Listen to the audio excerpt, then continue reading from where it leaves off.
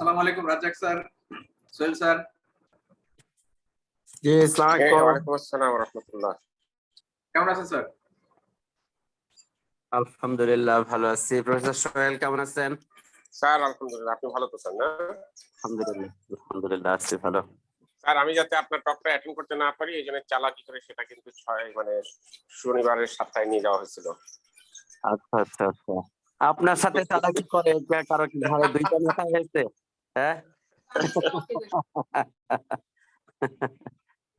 না, it's okay. এটা fundamental বিষয় ছিল, রেকর্ড তো পরে শেয়ার করেছে মনে হয়। জি স্যার। আমরা কি আর 2-3 মিনিট একটু দেখি না? হ্যাঁ, আমরা পার্টিসিপেশন তো আরো বেশি হওয়ার কথা। জি আমরা স্যার। একটু ওয়েট করি। হ্যাঁ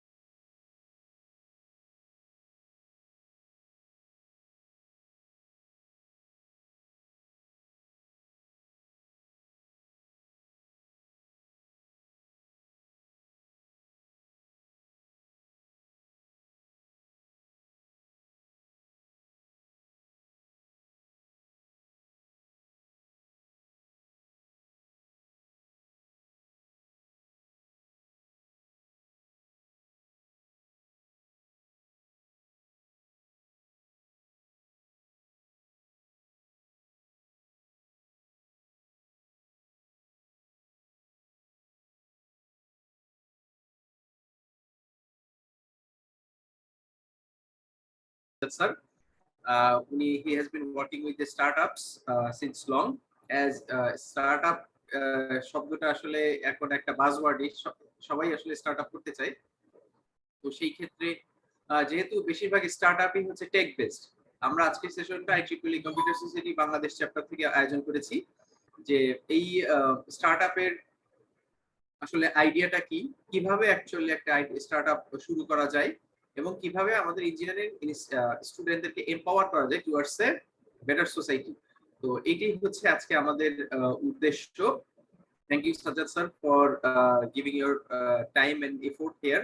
অলসো আমাদের সাথে আজকে কম্পিউটার সোসাইটির এক্সকম মেম্বার, আমাদের সাথে আছেন আমাদের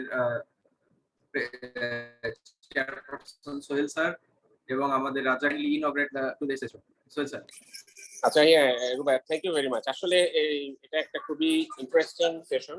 আমি এটাকে ইন্ডাস্ট্রিয়াল আউটরিচ সেশন হিসাবে করতে চাই, বিকজ এখানে সাজ্জাদ যে জিনিসটা, যে অ্যাঙ্গেল থেকে জিনিসটাকে নিয়ে আসবে, ও অবশ্য এই ব্যাপারে তার বিশাল অভিজ্ঞতা এবং সেই ব্যাপারে দীর্ঘদিন ধরে কাজ করে যাচ্ছে।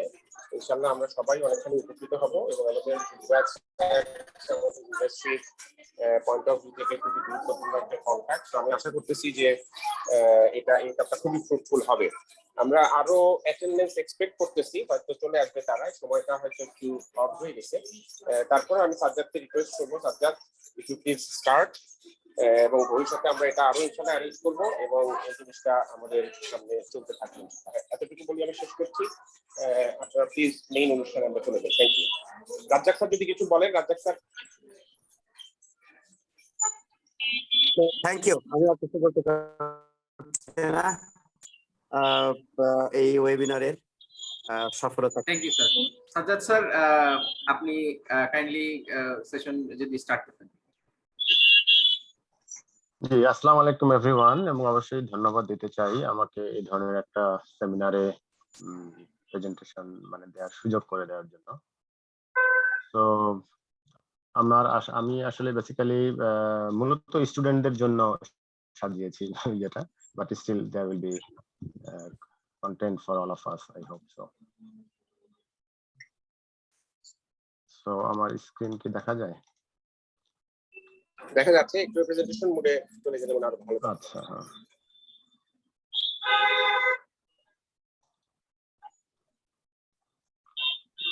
Okay, so today's top, just a minute, আমি একটু আমার মনে হয় এটা বন্ধ করে রাখি।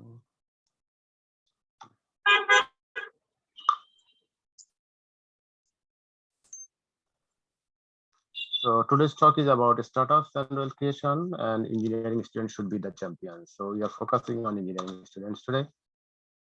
So outline, যেহেতু I am from NSU Startup Next, so একটু introduction দেবো এখানে. Then what is business?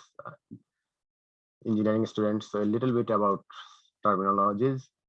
We will talk about SME bonum startups. SME stands for small and medium enterprise, and then startups. Wealth creation will be one topic. Startup strategies. I mean, two types of strategies right now in the market. We will talk on that. And why engineers should be entrepreneurial. That is one of our key ideas of today's session. And then finally, multidisciplinary approach and partnership that we basically need for startups. So let's talk about our NSU startups next. So here basically we promote startups. Fine. I mean, we are saying the next big idea is yours. Now the question is, what is big idea? So all ideas can be big on how impactful it is. Okay. Here we are showing a startup, আমাদের NSU startups next থেকে last year.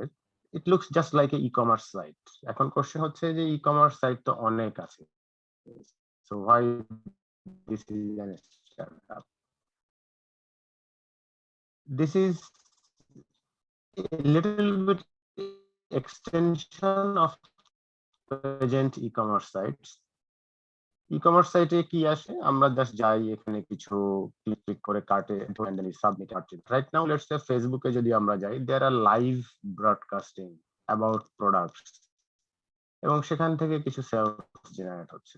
So the idea is, এবং এখানে কিন্তু দেখা যাচ্ছে যে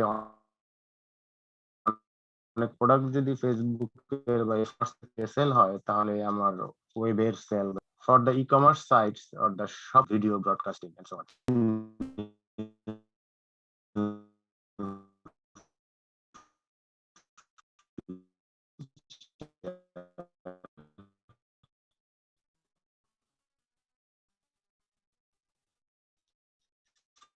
Question, how will we reach idea to the marketplace? কিন্তু আমরা integrated with all other e-commerce sites. That means there is a huge marketplace for it.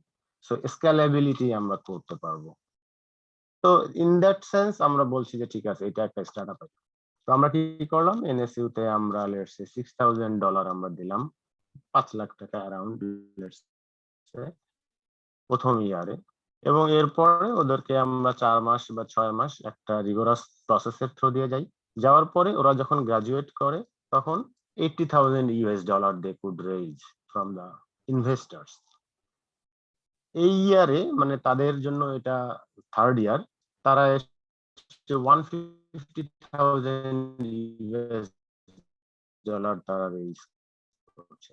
তার মানে উইদিন ফিউ ইয়ার্স এটা একটা $multi-million কোম্পানি, এগুলো যাদের একটা স্কেলেবল গ্রোথ পটেনশিয়াল থাকবে এবং কুইকলি এটা গ্রো করবে।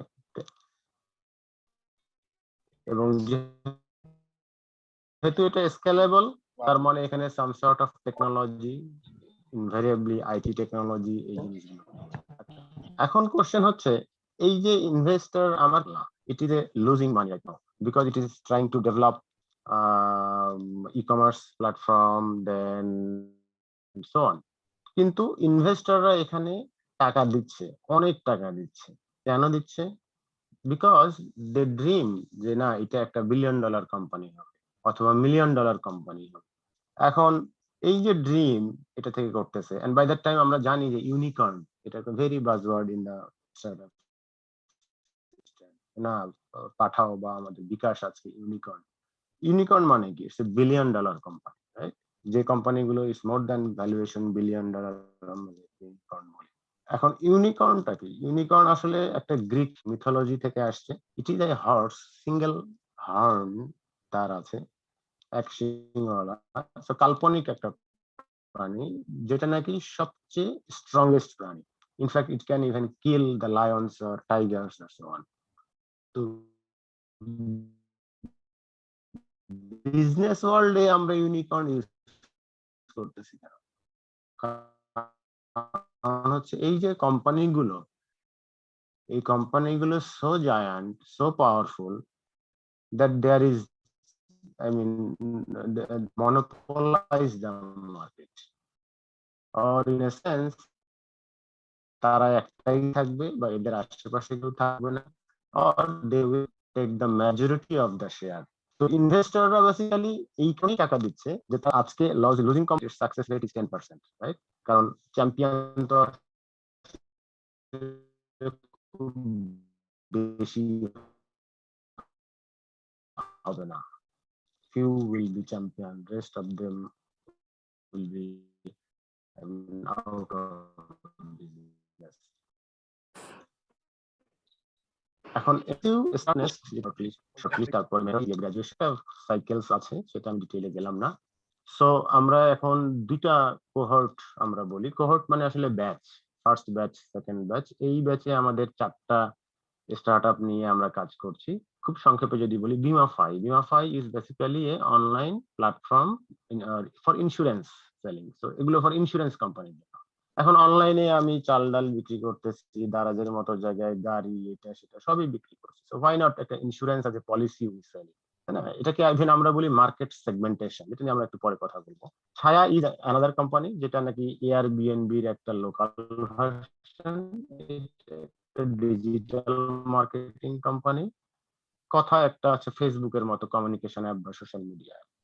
Only thing we want to take away from this slide is that, যে এই যে স্টার্টআপ গুলো হচ্ছে, এগুলো মোস্টলি অ্যাপ ভিত্তিক স্টার্টআপ। এবং আমরা স্টার্টআপের কথা চিন্তা করলেই আসলে বাংলাদেশে এখন এই ধরনের অ্যাপের কথা চিন্তায় আসে।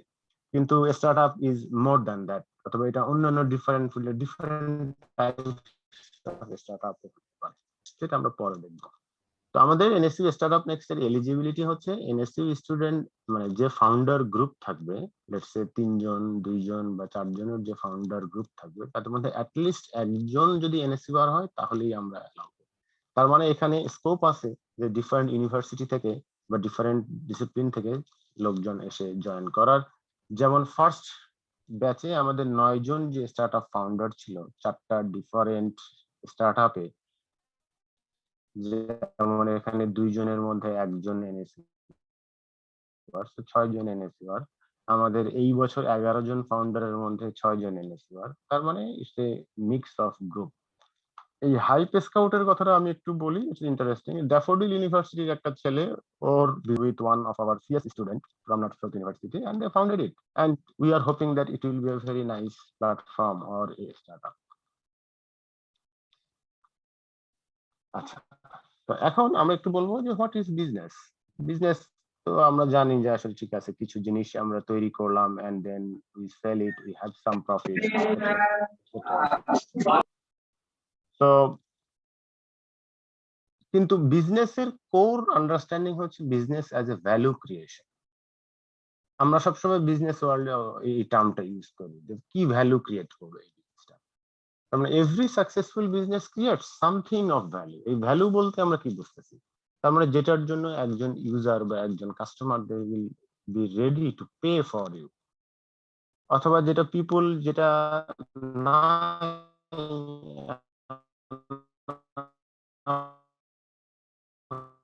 নাই সেটাকে somehow you provide it or in, তাই না? তাহলে যত বেশি ভ্যালু ক্রিয়েট করা যাবে বিজনেস তত বেশি সাকসেসফুল হবে। যেমন আমি যদি বলি চাল ডালের কথা, এটা প্রায় আমার ধারণা আরো 10-15 বছর আগে এটা স্টার্ট করেছে। তখন ইন্টারনেট কেবল আসতেছে বা ই কমার্স এত লোকজন ইউজ করতেছিল না, বাট দে স্টার্টেড ইট। তো তারা কি ভ্যালু ক্রিয়েট করলো এখানে? আমার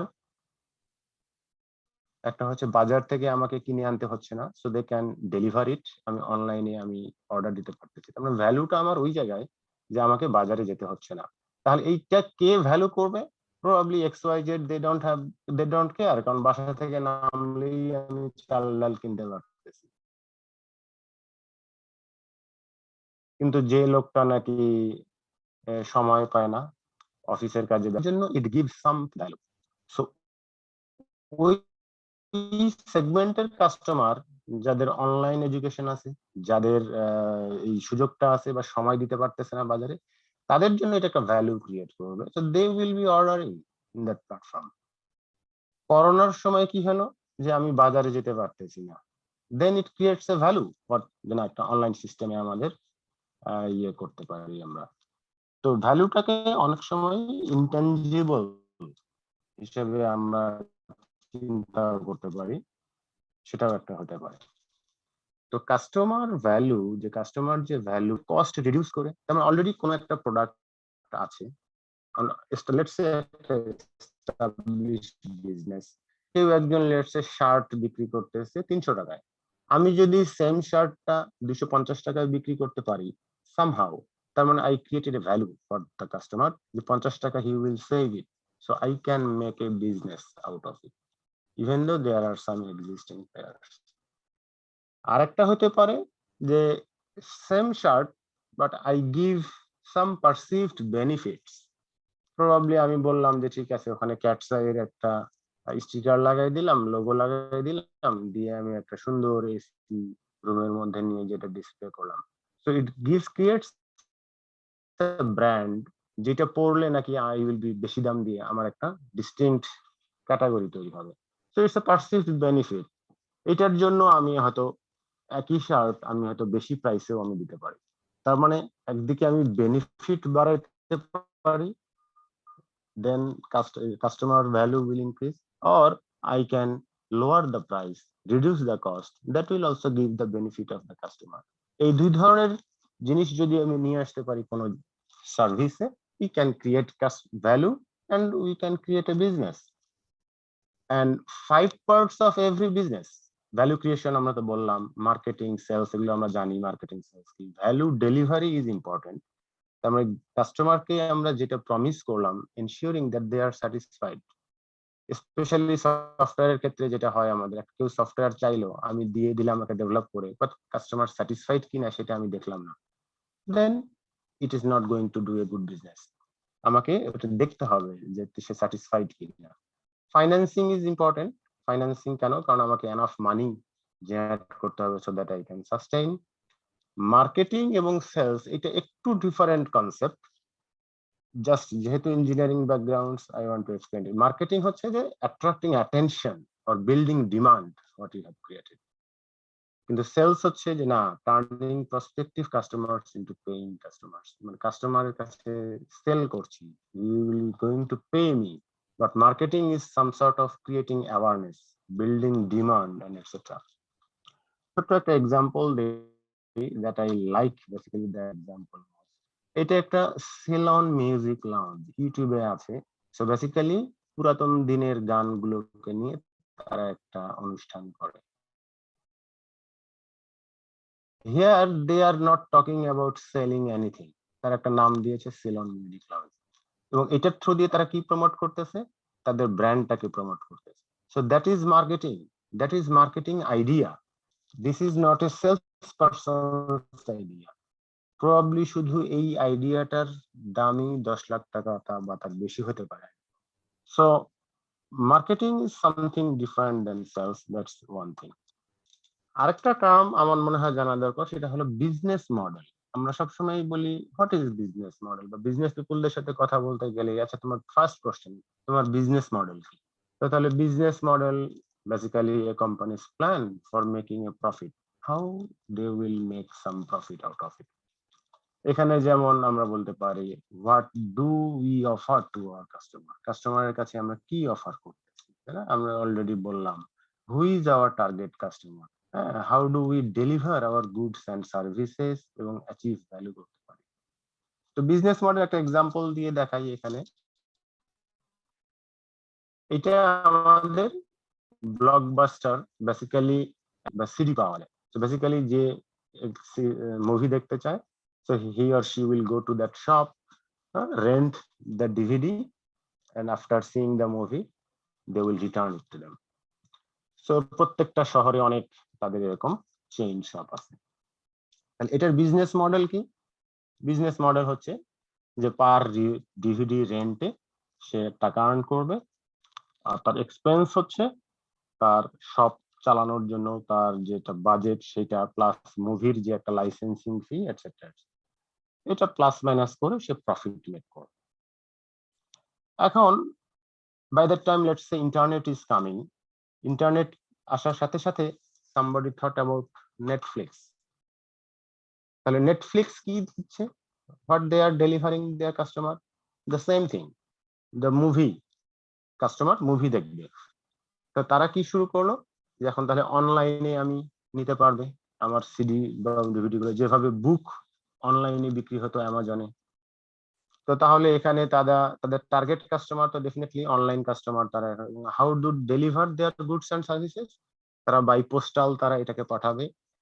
ভ্যালু কি হচ্ছে, আমার কাস্টমারকে আমার দোকানে আসতে হচ্ছে না, যেহেতু ওই দোকানটা হয়তো বা 10 মাইল দূরেও হতে পারে বা 5 মাইল দূরে হতে পারে। একবার যে ডিভিডি নিয়ে আসতে হয়, আবার যে ডিভিডি দিয়ে আসতে হয়, এই যে পেইন, এই পেইনটাকে আমি রিমুভ করতেছি, তার মানে একটা ভ্যালু ক্রিয়েট করতেছি, then customer will be there. So নেটফ্লিক্সের একটু হিস্ট্রিটা আমরা যদি দেখি, so basically they launch that's a mail based rental business. আমি একটু আগে যেটা বললাম যে তারা অনলাইনে ডিভিডি দোকান থেকে বাসায় পৌঁছাইতো এবং সেখানে দিয়ে আসতো এটা। এরপরে 2007-এ তারা ট্রানজিশন নিল স্ট্রিমিং সার্ভিসেস, তার মানে অনলাইনে বসেই আমি আর ডিভিডি দেখতে পারবো। কারণ অনলাইনে যে আমাকে ডিভিডিটা মেইল করে পাঠাতে হচ্ছে, পোস্টাল মেইল, পোস্ট অফিসের থ্রু দিয়ে পাঠাতে হচ্ছে, আবার তাকে রিটার্ন দিতে হচ্ছে, তাহলে এই হ্যাসেলটা এখন কমে যাচ্ছে। আমি সরাসরি ঘরে বসেই স্ট্রিমিং আমি সার্ভিস দেখতে পারতেছি। এরপরে তারও আরো এক্সপানশনে গেল। এখন স্ট্রিমিং করতে গেলেও একটা এক্সিস্টিং যে মুভি, সেটার জন্য তাকে লাইসেন্সিং ফি দিতে হয়। এখন তারা বলে না, আমি তাহলে আমাদের নিজস্ব প্রোগ্রামই তৈরি করি, সেখানে লাইসেন্সিং ফি হয়তো দেওয়া লাগবে না। এরপরে ইন্টারন্যাশনাল প্রোডাকশনে তারা এখন তারা গেম টেমও তারা নেটফ্লিক্সে হয়তো বা দিচ্ছে। তো তো এখন এখানে দুই ধরনের business. One is the SME, small and medium enterprise, the whole across আমেরিকায় যদি এই ধরনের শত শত ব্লকবাস্টারের শপ থাকে, definitely it's a medium or large scale business, but Netflix is a startup, it's a different model. Yeah. So there are differences between SME and startups. যেমন এই business মডেলটা কি, তার মানে আমি বিজনেস মডেল দিয়ে শুরু করছিলাম, তার মানে এটার একটা বিজনেস মডেল, কিভাবে সে ডেলিভারি দিচ্ছে, কিভাবে সে আর্ন করতেছে, the same product how it is delivering and how it is earning. তাহলে এটা মোটামুটি একটা পার্মানেন্টলি এস্টাবলিশড কনসেপ্ট যে আমি শপের থ্রু দিয়ে এটা দেই, আমার এত টাকা কস্ট, এত টাকা বিক্রি হবে, এত টাকা প্রফিট। মোর ট্র্যাডিশনাল মেথড, লেস রিস্ক, এবং লং টার্মে একটা পটেনশিয়াল সাকসেস আমি পেতে পারবো। কিন্তু this one is incredibly risky, এবং রিস্কটা কোথায়, দেন উই উইল সি। এবং এই মডেলটা in search for unique and profitable business model, এটার বিজনেস মডেলটা প্রিটি মাচ শিওর। আমি এত টাকা ইনভেস্টমেন্ট, এত টাকা এক্সপেন্ডিচার, দিস মাচ অফ আমার আর্নিং, যোগ বিয়োগ করলে এটা শেষ। কিন্তু এখানে it's not that pretty simple. Here we are searching even profitable business model, extremely innovative হতে হবে এখানে, এবং এর ট্র্যাডিশনাল আর ফাইন্যান্সিয়াল মেথডটাও এত মানে স্ট্রেট কাট না। এখানে একজন বা দুইজন ওনার হলে they will be the owner of this company, the majority share of this company will be. কিন্তু এখানে ওভার দ্য টাইম আমার শেয়ারটা চেঞ্জ হয়ে যাচ্ছে, ওনারশিপটা চেঞ্জ হয়ে যাচ্ছে। কেন? ওই যে একটু আগে আমি বললাম যে আমরা 6 লাখ টাকা দিয়ে শুরু করলাম, এর পরের বছরে এসে কেউ একজনে এসে $80,000 which is let's say 70 lakh টাকা ইনভেস্ট করলো। সে তো আর এমনি এমনি ইনভেস্ট করবে না, সে ইনভেস্টমেন্টের বিনিময়ে হয়তো বললো 20% কোম্পানির শেয়ার সে অন করবে। তারপরের বছরে সে আরেকজন ইনভেস্ট করলো কয়েক million dollar, then he or she will take another 20-30% of the share, and that's how over the time your company ownership will change.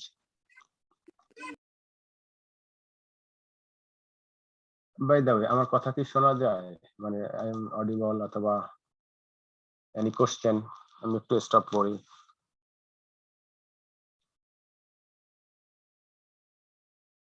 Hello sir শোনা যাচ্ছে? কারো যদি কোনো প্রশ্ন আর থাকে? কারো হ্যাঁ কোশ্চেন থাকলে একটু কোশ্চেন করতে পারি আমি পরেও। আচ্ছা, সবাই আনমিউট করে কোশ্চেন করতে পারবেন এখন। কারো যদি কোনো কোশ্চেন থাকে, অথবা চ্যাট গ্রুপে দিয়ে দেওয়া যাবে।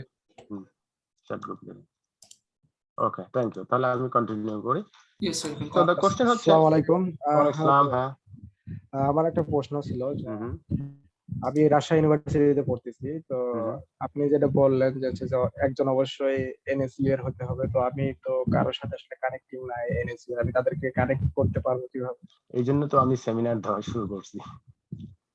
ওকে, উই উইল বি কানেক্টিং। আমরা ক্যাম্পাস অ্যাক্টিভেশন প্রোগ্রাম করব এবং অন্যান্য আদার প্রোগ্রাম থাকবে সেখানে। We are hoping. আচ্ছা আচ্ছা, ঠিক আছে। and you have to be connected also, let's say startup community সাথে, স্পেশালি যারা অ্যাঞ্জেল ইনভেস্টরস আছে, বিভিন্ন কমিউনিটি ফোরামে কানেক্টেড থাকলে অটোমেটিকলি। ধন্যবাদ। আচ্ছা, এখন তাহলে আমি আরেকটু ইয়ে করি, how to start and exit a startup. একটা স্টার্টআপের আইডিয়া থেকে কিভাবে সেটা শুরু হচ্ছে এবং এখান থেকে এক্সিট করে। We will say it's a game of investment. কিরকম, আমার একটা স্টার্টআপ আইডিয়া আছে, লেটস সে নেটফ্লিক্স এর মতো কোনো একটা আইডিয়া আছে যেটা স্টার্টআপ হতে পারে। তো আমরা এনএসইউ স্টার্টআপ নেক্সটে আসলাম, অথবা জিপি অ্যাক্সেলারেটর, অথবা এই ধরনের অনেকগুলো ইনকিউবেটর আছে অথবা অ্যাক্সেলারেটর আছে বাংলাদেশে বা ওয়ার্ল্ড ওয়াইড আছে। ওদের কাছে যে আমি আমার আইডিয়াটা প্রেজেন্ট করলাম, মোস্টলি তারা একটু দেখতে চায় যে how much effort you have given, whether you have developed some MVP মানে আমরা বলি মিনিমাম ভায়াবল প্রোডাক্ট। তার মানে ইঞ্জিনিয়ারিং টার্ম এটা প্রোটোটাইপ, আমরা একটা প্রোটোটাইপ ডেভেলপ করেছি, দিয়ে আমি সেখানে গেলাম, পিচ করলাম। ওরা যদি আইডিয়াটাকে লাইক করে, লেটস সে জিপি অ্যাক্সেলারেটর যখন শুরু করেছিল তখন তারা 10 লাখ টাকা দিত, 10 লাখ টাকা দিত, এবং সেখান থেকে তারা 10% শেয়ার নিয়ে নিত। তাহলে 10 লাখ টাকায় যদি 10% শেয়ার নিয়ে নেয় তারা, তাহলে কোম্পানির ভ্যালু কত? কেউ আনসার দিতে পারবে?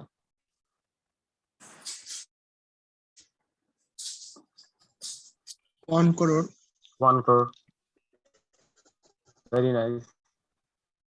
তার মানে ডে ওয়ানে you have just the idea, or just you have given some effort, 4-5 months, build a prototype, and you have proved that no, you are genuinely interested। 1 কোটি টাকা কোম্পানি ভ্যালু। এই 1 কোটি টাকা কি আদৌ পারসিভড ভ্যালু, যে না এই কোম্পানিটা বড় হবে, কাস্টমার সুটেবল হবে একদিন।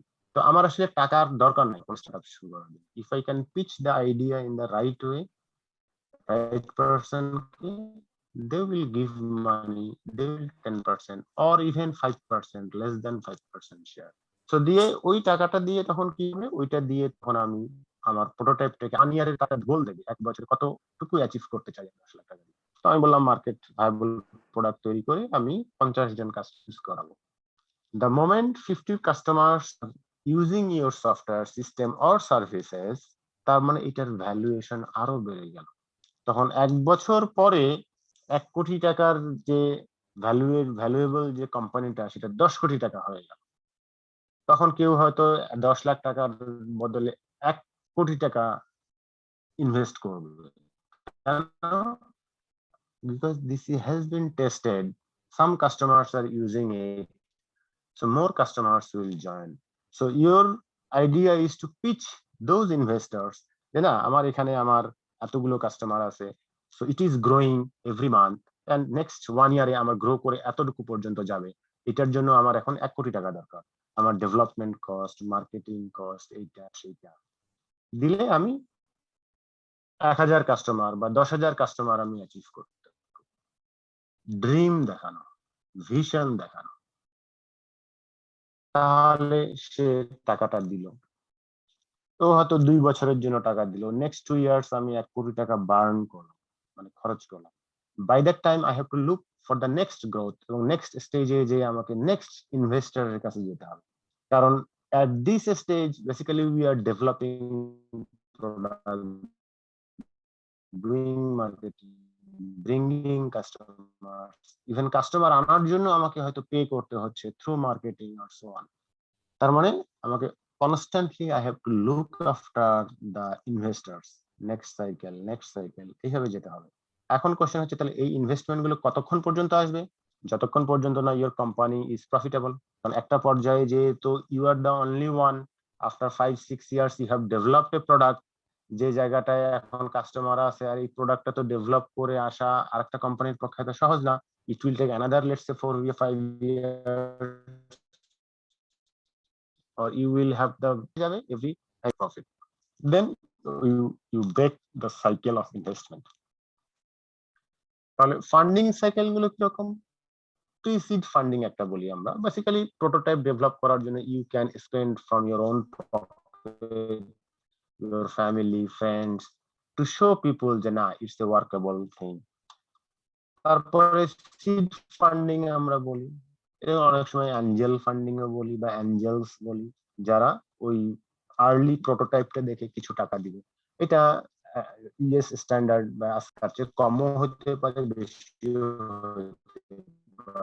মিডিয়ান ভ্যালু এবং কোম্পানি ভ্যালু।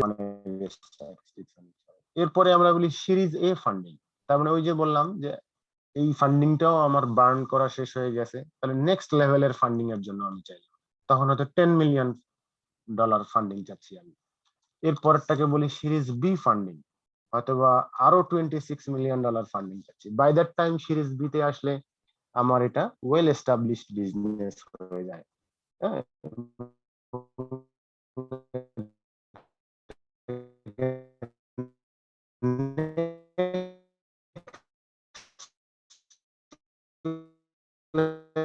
লেভেলে নিয়ে যাওয়ার জন্য আমার টাকা দরকার। এবং এখানে একটা ইম্পর্টেন্ট ইয়ে দেওয়া আছে, fewer than 10%, আসা মানে no, it has some value that people are caring about, investors are caring about. Investor কে নিয়ে আসলে বেনিফিট আছে, it's not only that you are giving away or taking to make you successful, that's the মানে greatest I mean value they add. কারণ তারা তো let's say $10 million say invest করলো, now it is their pain, their I mean thinking how to make you successful. So they will give mentorship, they will connect you network to the business community. Basically, you start as an entrepreneur. Series C funding, already successful business, but you want to develop new products, new markets, and we will see some examples that our new products, new markets needed to be created. Okay, and there you need bigger investment, and that thing will go on. এবং একটা পর্যায়ে যদি আরো টাকা দরকার হয়, then you go to public IPO. তার মানে আমাদের এটা বলি শেয়ার মার্কেটে গেলাম, শেয়ার মার্কেটে গেলে শেয়ার মার্কেট থেকে আমরা শেয়ার বিক্রি করে টাকা। সো দ্যাটস হাউ ফান্ডিং সাইকেলটা চলবে। তার মানে স্টার্টআপের জন্য funding cycle is very important. কেন? কারণ আমি বছর যে যদি আমি ফান্ডিংটা না পাই, তাহলে কি আমার অফিস টফিস সব বন্ধ হয়ে যাবে, বিজনেস শেষ। সিরিজ এ তে আমি গেলাম, ফান্ডিং তুললাম, এর পরের সাইকেলে যদি আমি না পাই, বিজনেস উইল বি হ্যাম্পার্ড। তার মানে আমাকে as early as possible I need to make it a profitable business so that আমাকে অন্যের কাছে যেতে না হয়। যদি আমি every time I have to go to other people, then it will be a disaster and it will not be profitable. তাহলে 5 essential elements that lead to a success for a startup. একটা তো হচ্ছে idea, যে আইডিয়াটা খুবই nice idea. Team members, কারা এটার পিছনে কাজ করতেছে তাদেরকে। বিজনেস মডেল, তাদের আর্নিং মডেল কি, প্রফিটেবল না কিছু লাগবে না, থ্যাংক ইউ। আমি একটু আগে বললাম যে ফান্ডিং সাইকেলটা ইম্পর্টেন্ট। ফান্ডিং যদি না পাওয়া যায়, business will be down. And the fifth one is the timing. কখন আমি এই আইডিয়াটি নিয়ে কাজ করা শুরু করতেছি। হ্যাঁ, এটা কি আমি অনেক আগে মার্কেটে নিয়ে আসছি চিন্তাটা, নাকি আমি অনেক পরে নিয়ে আসছি চিন্তাটা। তো এখানে একজন স্টাডি করে দেখাচ্ছে, আমি ইউটিউবের লিংক দিয়ে দিয়েছি, you can go and watch that talk. এই 5টা ফ্যাক্টরের মধ্যে timing is the most important. যতগুলো সাকসেসফুল কোম্পানি আছে তার মধ্যে দেখা যাচ্ছে সঠিক সময়ে আসছে, যার কারণে এটা সাকসেসফুল। আমরা আজকে দেখতেছি ইউটিউব যে সাকসেসফুল বিজনেস, কিন্তু ইউটিউবেরও হয়তো 5 বছর আগে আরেকটা কোম্পানি এই অনলাইনে ভিডিও স্ট্রিমিং এর বা ভিডিও প্ল্যাটফর্ম তৈরি করার চেষ্টা করতেছিল, but that time internet was slow, buffering হচ্ছিল, সুন্দর মতো দেখা যায় না, তারপরে ইন্টারনেট পেনিট্রেশন অত ছিল না, but they have kept going on, let's say 3 years 4 years 5 years এসে তাদের ধৈর্য শেষ হয়ে গেছে, অনেক টাকা তারা বার্ন করে ফেলছে, they stop. But when YouTube started, the timing is the perfect. Internet penetration is there, internet speed is much, content create হচ্ছে, and then it's boom. তার মানে টু আর্লিতেও যদি আসি তাহলেও চান্সেস আছে যে it will not be successful. আবার already একজন দুজন চলে আসছে, আমি যদি পরে এন্টার করি তাহলেও হবে না। তার মানে right timing is important. Second হচ্ছে টিম অর এক্সিকিউশন, কারা এটার পিছনে আছে, তারা, আইডিয়াটা আসতেছে থার্ড স্টেজ।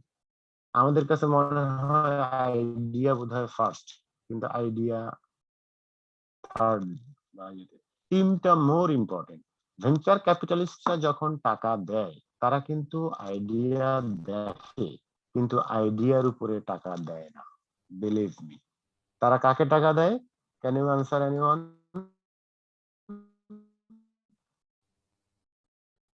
তারা ফাউন্ডারদেরকে টাকা দেয়, তারা টিমকে টাকা দেয়, তারা দেখে যে এই টিম এটা সাকসেসফুল হতে পারবে কিনা, টিম কম্বিনেশনে সেই ইনগ্রেডিয়েন্টটা আছে কিনা, সেটা মোর ইম্পর্টেন্ট।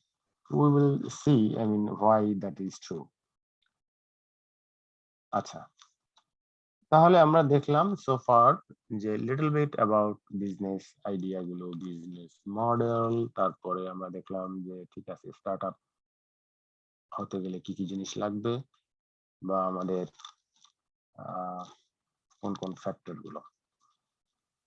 আচ্ছা, এখন আমরা একটা ভেরি কমন কোশ্চেন আসে সবার কাছ থেকে, এই যে আমি একটা আইডিয়া চিন্তা করলাম, এটা কি একটা ভালো স্টার্টআপ আইডিয়া কিনা, বা আমি কিভাবে একটা স্টার্টআপ আইডিয়াকে আমি পেতে পারি, যে এটাকে ফার্স্ট তো হচ্ছে স্কেলেবিলিটি, যেটা আমরা বলছি প্রথম থেকে, যে এটাকে যেন গ্রো করা যায়। স্কেলেবিলিটি মানে কি? স্কেলেবিলিটি মানে হচ্ছে যে আমি যে সিস্টেমটা ডেভেলপ করব, আমি আজকে 500 জন ইউজারকে সার্ভ করতে যে কস্ট, এটা একটা খরচ আছে, পরবর্তীতে আমি যদি অ্যানাদার 500 কেউ সার্ভ করতে চাই, খরচটা অনেক কমে আসবে।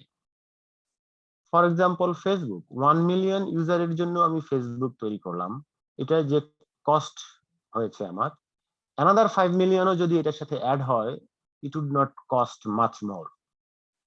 তার মানে এটা একটা স্কেলেবল প্রোডাক্ট। মার্কেট সাইজ চিন্তা করতে হবে, যে আমি যে প্রোডাক্টটা ডেভেলপ করতেছি তার মার্কেট সাইজটা কত। যেমন অনলাইন প্ল্যাটফর্ম, ই সেলিং বা প্ল্যাটফর্ম দারাজের মার্কেট সাইজ হিউজ, সে মানে অনেক কিছু বিক্রি করতেছে।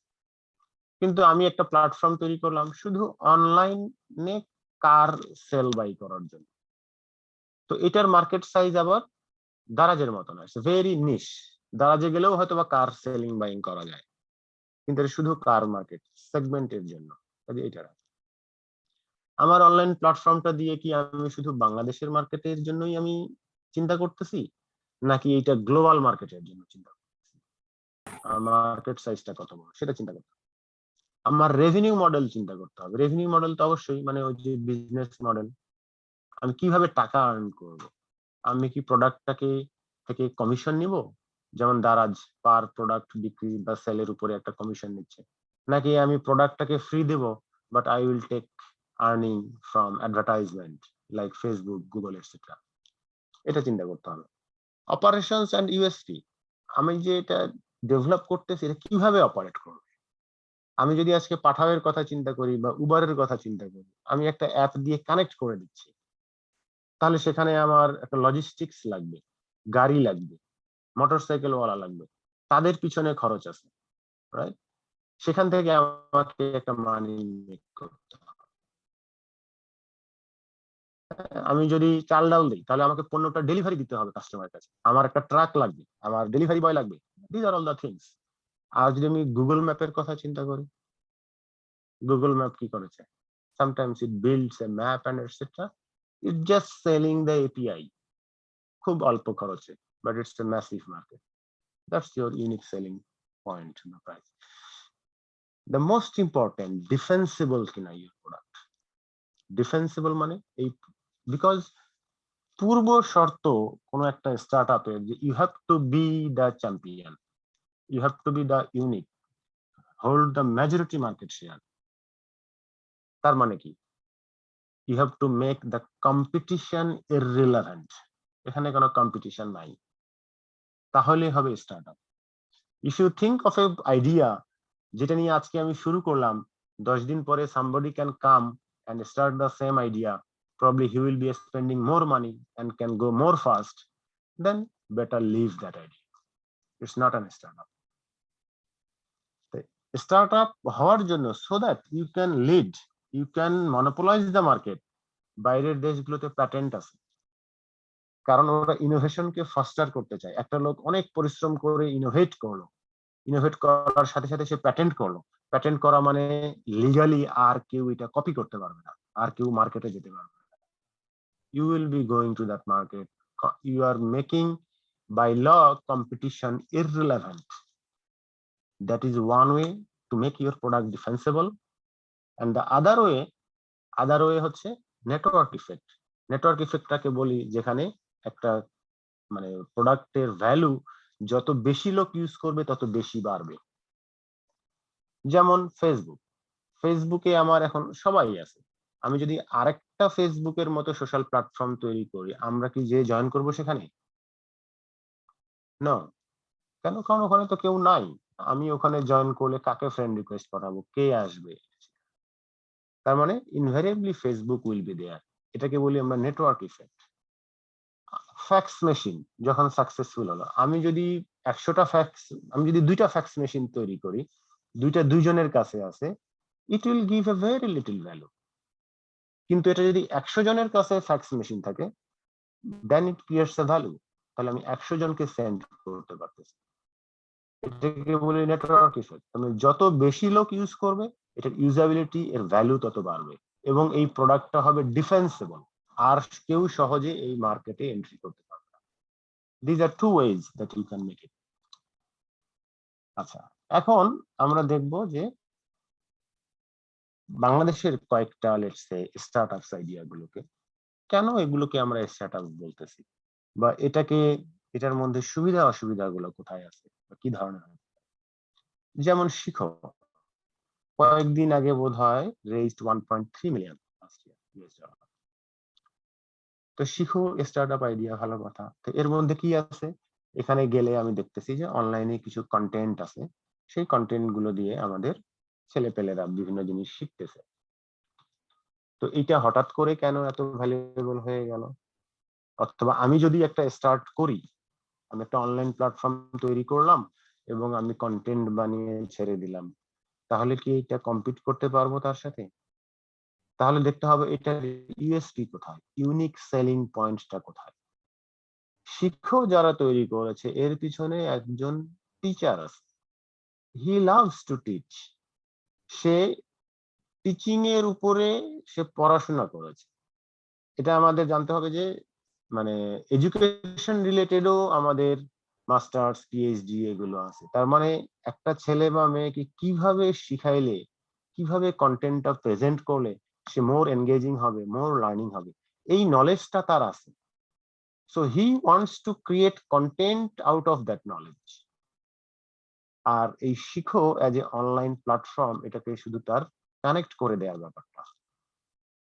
তার মানে এখানে ইউনিক সেলিং প্রপোজিশনটা হচ্ছে তার ওই লার্নিং মেথডটা। এটা যদি আমার না থাকে, আমি জাস্ট সিম্পলি একটা প্ল্যাটফর্ম করলাম, বাংলাদেশে অনেক ধরনের প্ল্যাটফর্ম তৈরি হয়েছে এর আগে বা এখনো আছে, they are not getted funded, they are not getting funded. তার মানে এইখানকার প্রপোজিশন, ভ্যালু প্রপোজিশন হচ্ছে ওই লার্নিং মেথডে। এখন আরেকটা আসছে ডিজিটাল কোচ থ্রাইভ, যেটা নাকি আমাদের এনএসইউ স্টার্টআপ নেক্সট থেকে আমরা ফান্ডিং করি। সে বলতেছে যে আমি মনে করেন একটা কোচিং সেন্টারে যাচ্ছি, আমার টিচার আমাকে পড়াইতেছে বা কোনো কাছে অ্যাডমিশন টেস্টের জন্য, এন্ড আমি উইক, আরেকজন স্ট্রং, বাট যে কন্টেন্ট সে পড়াচ্ছে সে কন্টেন্ট আমার জন্য হয়তো সুইটেবল না, আরেকজনের জন্য হয়তো বিরক্তিকর। সে কি বলতেছে যে না, আমার কাছে এখন একটা অ্যাপ আছে, আমি কিছু তাকে টেস্ট কোশ্চেন দিব, based on that question basically app or the system will decide যে তার নলেজ লেভেলটা কোথায় আছে, এবং সেইভাবে তাকে অন্যান্য আদার কন্টেন্ট দেওয়া হবে। তার মানে এটার পিছনের প্রপোজিশন, ভ্যালু প্রপোজিশন হচ্ছে probably let's say AI based কোনো একটা সিস্টেম আছে যেটা জাজ করবে এবং তার উপরে বেস করে তাকে এটা দিবে। So same education system, but the different way of thinking can be different platform. তার মানে এখানকার প্রবলেমটা কি শিখতে, কেউ যদি আসে যে না আমি আরেকটু ভালো মেথড করে আরো ভালো কন্টেন্ট ক্রিয়েট করে আমি দিতে পারবো, then probably your customers will go away to the other platform. Pathao is another, এটা আসার সাথে সাথে বুম হয়ে গেল কেন? এটা আরেকটা ক্রাইটেরিয়া, পেইন গেইন রেশিও। আমি যে সার্ভিসটা দিচ্ছি, এই সার্ভিসটা যে লোকজন ইউজ করবে তার কতটুকু পেইন রিলিফ করতেছে। বাংলাদেশের লোকাল বাসে যদি কেউ বসে থাকতে হয়, মানে ঢাকা শহরের এক জায়গা থেকে আরেক জায়গায়, স্পেশালি গরমের দিনে, গ্রীষ্মকালে, ভেরি হার্ড। সেই লোকটা হয়তো গাড়ি অ্যাফোর্ড করতে পারতেছে না, উবার অ্যাফোর্ড করতে পারতেছে। ইভেন উবার অ্যাফোর্ড করতে পারলেও সেখানে জ্যামের মধ্যে বসে থাকা লাগতেছে। কিন্তু আমি যদি মোটরসাইকেলে করে পাঠাতে পারি with less cost than car and much faster, and people want it, people are staying, মানে মানে সে হয়তো বলতে পারতেছে না, কিন্তু এই সার্ভিসটা আসতেছে, রেডিলি ইট উইল বাই ইট। তার মানে আসার সাথে সাথে দ্যাট ইজ বুম।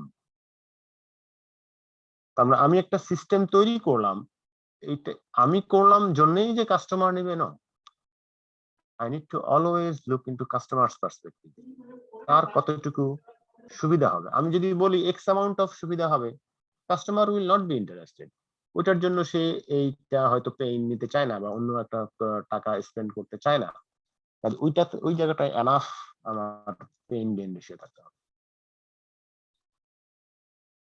বাড়ি কই is one startup, our NSE student, my student, কি করেছে সে? ওই পাঠাও যখন শুরু করতেছে ওই সময় সেও একটা রাইড শেয়ারিং চেষ্টা করতেছিল, বুক ডেলিভারি সিস্টেম চেষ্টা করতেছিল বাংলাদেশে। তো দেখলো যে আমি যে কোথাও একটা ডেলিভারি দিতে যাব, আমি বাড়ি খুঁজে পাচ্ছি না। একটা বাইক কাউকে পাঠাবো, হ্যাঁ, বাইকারের সাথে কাস্টমারের কথা হচ্ছে, হ্যালো ভাই আপনি কোথায়? আমি এই তো এইখানে, এই অমুক লেনের এই জায়গায় আছি। ওইখানে যে আবার ফোন দিতে হয়, ওখানেই 10-12 মিনিট চলে যাচ্ছে, 3-4 বার কল দেওয়া লাগতেছে। কেন? কারণ গুগল ম্যাপে বাংলাদেশে বা ঢাকা শহরের সবগুলো বাড়ি পিন পয়েন্ট করা হয়, আমরা যেগুলো করে দিই সেগুলো শুধু আছে। So instead of developing ride sharing app, instead of developing any other app, you find the problem. এটা আরেকটা গুড এক্সাম্পল যে আমি প্রবলেমটা কোথায় পাবো। Problem when you go and do something and you face a problem, yes it can be a startup idea. So ও তখন কি করলো, ক্যামেরা নিয়ে প্রত্যেকটা স্ট্রিটে ঘুরলো একেবারে। আমি প্রথমে ভাবছিলাম গুগল ম্যাপে বোধহয় সে এই বাড়ির ঠিকানাগুলো এইভাবে বসাচ্ছে, ওর অফিসে আমি ভিজিট করেছি, and no, he painstakingly সে এই পুরো ম্যাপ তৈরি করছে ঢাকা শহরে, প্রত্যেকটা বাড়ি, প্রত্যেকটা দোকান, প্রত্যেকটা স্ট্রিট ভিউ সেখানে নিয়ে আসছে। 3-4 বছরের অক্লান্ত পরিশ্রম করে সেটা নিয়ে আসছে, এবং it is as like as Google map, মানে দেখতে probably we can not differentiate যে না রে প্রথম দেখা এটা গুগল ম্যাপ না। এখন পাঠাও সেটা ইউজ করে, যে কোনো ডেলিভারি সার্ভিস এটা ইউজ করতে পারে, গভর্নমেন্ট ইউজ করতেছে। ফর এক্সাম্পল গভর্নমেন্টের কোনো একটা 999 কল আসছে, কোথায় থেকে?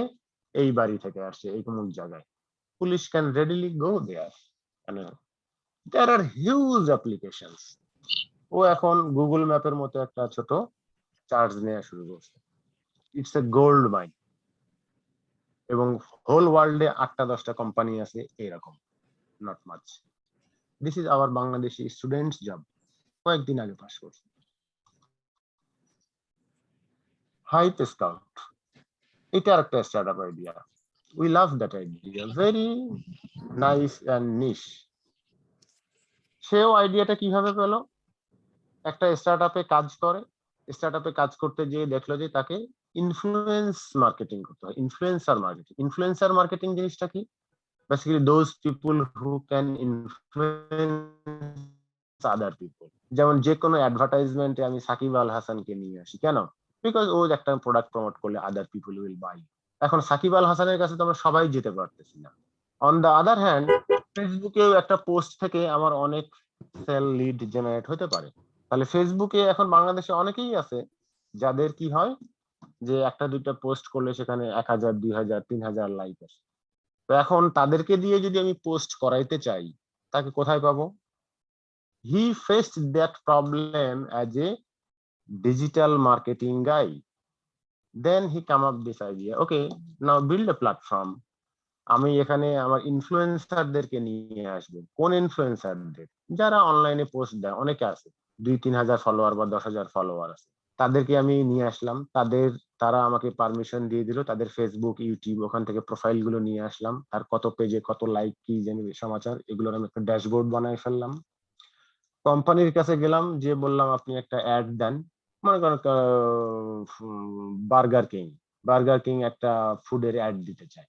সে বলল বার্গার কিং এর এই অ্যাডটা দিতে চাই। ইনফ্লুয়েন্সাররা দেখলো, ও আচ্ছা, তাহলে আমি তো এই পোস্টটা আমার টাইম লাইনে শেয়ার করতে পারি। তো বললো ঠিক আছে, আমি 10,000 টাকা নিবো আমার টাইম লাইনে শেয়ার করতে। ও বললো আমি 20,000 টাকা নিবো, যার যেরকম। and then they negotiate, ঠিক আছে। নেগোশিয়েট করার পরে কাজটা দেয়া হলো, ও ওর টাইম লাইনে শেয়ার করে দিল, এবং সেখান থেকে টাকাটা ট্রানজাকশন হলো through hype scout. Hype scout 15% charge নিল।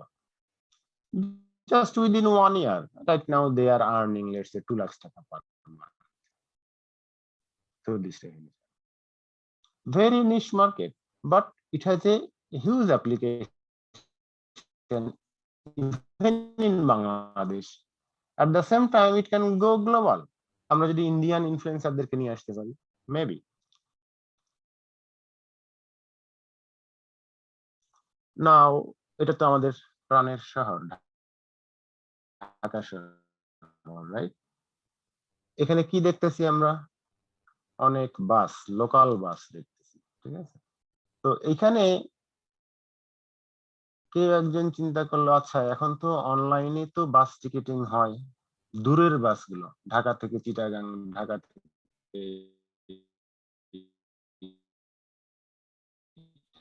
লোকজন অভ্যস্ত হয়ে গেছে, উবারে লোকজন অভ্যস্ত হয়ে গেছে, কিন্তু লোকাল বাসে এখনো টিকিট করার কথা অনলাইনে চিন্তাই করা যায়। But if it can be streamlined, maybe. Now think, Dhaka শহরে কত লোক আছে? কেউ কি একজন আনসার দিতে পারবে? অ্যাপ্রক্সিমেটলি 3.5 কোটি। 3.5 কোটি। কত লোক পার ডে আমার বাসে যাতায়াত করতে পারে? জাস্ট রাফলি, কারেক্ট হওয়ার দরকার নেই। 2 কোটি। 2 কোটি। আমি ধরলাম মাত্র 5 লাখ লোক ঢাকা শহরে ডেইলি বাসে যাতায়াত করতে পারে। যদি কোনোভাবে আমি এই অনলাইন টিকিটিংটা করে ফেলতে পারি, স্ট্রিমলাইনে নিয়ে আসতে পারি, এবং পার টিকিটে যদি আমি 1 টাকা করে আর্ন করি, একদিনে আমার কত টাকা আসবে? যদি ধরি 5 লাখ লোক ট্রানজিট করতেছে আমার সিস্টেমের থ্রু দিয়ে, 5 লাখ টাকা, 1 মাসে আমি কত টাকা ইনকাম করব? 30 দিনে 5 লাখ গুণ করলে বোধহয় 1 কোটি 50 লাখ হয় নাকি 1 মাসে? 6 মাসে কত টাকা আমি ইনকাম করব? 9 কোটি টাকা ইনকাম করব। মানে আমার স্ক্রিনে আর টাকা ধরে না। Do you think it is a worthwhile problem to address?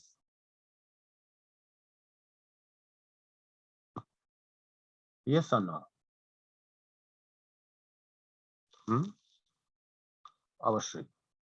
And again, one of my student, আমাদের এসিএম স্টুডেন্ট চ্যাপ্টারের প্রেসিডেন্ট ছিল ফার্স্ট। আমি প্রথমে এসিএম স্টুডেন্ট চ্যাপ্টার রান করেছি এখানে। দিস লিটল গাই আরমান, আমরা তখন স্টার্টআপ নিয়ে কথা বলতাম, সেমিনার করতাম, পাঠাওয়ের লোকজনকে নিয়ে আসতাম, এটা সেটা করতাম। He connected them, get funded, started a company called Jatri. And that Jatri even seed funding এর পরে সিরিজ এ লেভেলেও তারা ফান্ডিং পেয়েছে, হয়তো কয়েক million dollar. He did not disclose it. So আমরা বলছি there are so many things in Bangladesh you can do and address. তার মানে এইটা আরেকটা way of thinking that how much the beer market is, what is the problem, how you are earning money. Okay, now let's say we are saying 6 মাস পরে তোমার 9 কোটি টাকা পেলাম আমরা, 1 বছর পরে কত কোটি টাকা পাবো? 18 কোটি টাকা। How much your wealth?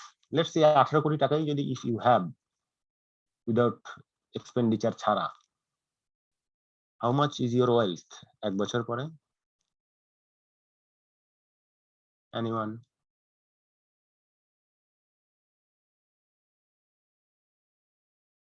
Come on. কত হবে wealth? 18 কোটি? So if you think of that 18 crores or 9 crores, then you are only thinking of the cash money. Cash is not the wealth. Okay, wealth is a different valuation, the intrinsic value of that product or something. So now we will talk about the wealth, how we can create it. Basically it's a multiple. Okay, Dhaka শহরের আশেপাশে একটা গ্রাম আছে, সেখানে আমি 10 বছর বা 20 বছর আগে 5 কাঠা জমি কিনলাম 2 লাখ টাকা করে কাঠা। আমার লাগবে কত টাকা? 10 লাখ টাকা। 20 বছর পরে এসে হঠাৎ করে এইখানে এরকম একটা রাস্তা হয়ে গেছে। আমরা বলতে পারি কোন রাস্তা এটা?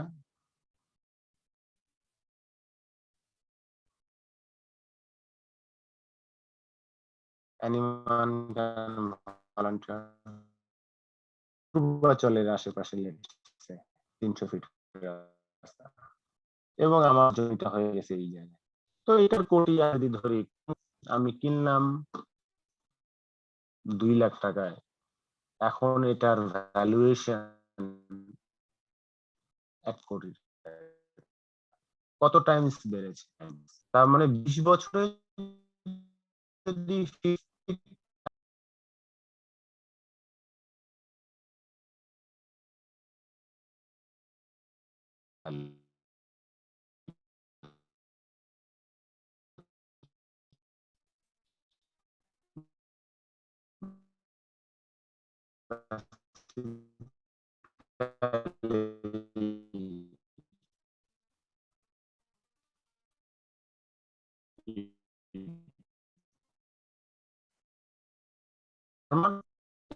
perception then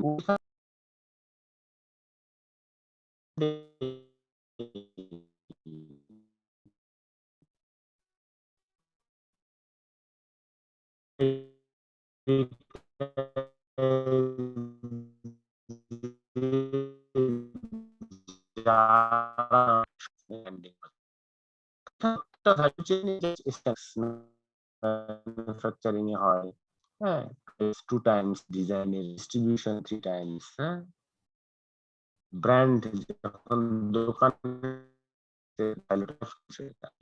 ম্যানুফ্যাকচারিং এর 1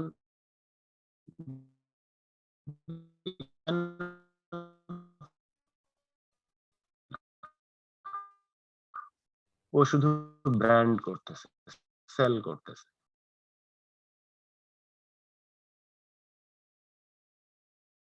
Definitely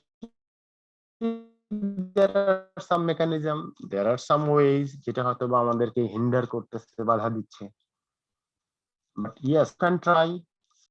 তাহলে স্টার্টআপের ভ্যালুয়েশন বা ওয়েলথ ক্রিয়েশনটা এইভাবে হচ্ছে যেমন ট্র্যাডিশনাল সিনারিওতে আমি একটা আইটি কোম্পানি আছে, লেটস সে আমরা আইটির বিজনেস চিন্তা করলে আমি বলতেছি আইটি করবো, আউটসোর্সিং করবো, ওদের কাজ করে দিব, ইয়ার এই কোম্পানির valuation hardly 2 to 3 year, because এটার একটা স্ট্রেংথ আছে, ওকে ব্লা ব্লা।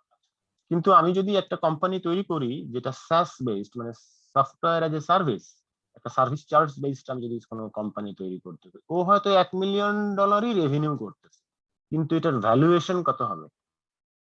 Maybe $40 million. তার মানে তোমার ব্যাংকে কিন্তু $1 মিলিয়ন ভ্যালুয়েশনের একটা অ্যাসেট আছে। You can just sell. জমি যেমন ওই যে 5 কাঠা জমি কিনছি একটা কাগজ, so that paper you can sell with 2 crore, something like that. এইখানে আমার একটা শেয়ার আছে, ইকুইটি আছে, that I can sell and convert it to the wealth. Somebody else will be taking that land or the business and will be doing this thing. And there's okay. So let me take a break here, and I like to know if we are connected. So any question? আমি কি সময় বেশি নিয়ে ফেলতেছি? কাট short করব? হ্যাঁ, ঠিক আছে স্যার। হ্যাঁ ঠিক আছে। কারো যদি কোনো প্রশ্ন থাকে তাহলে আমরা একটু বলি, আনমিউট করে বলা যাবে অথবা এখানে টেস্ট করা যাবে।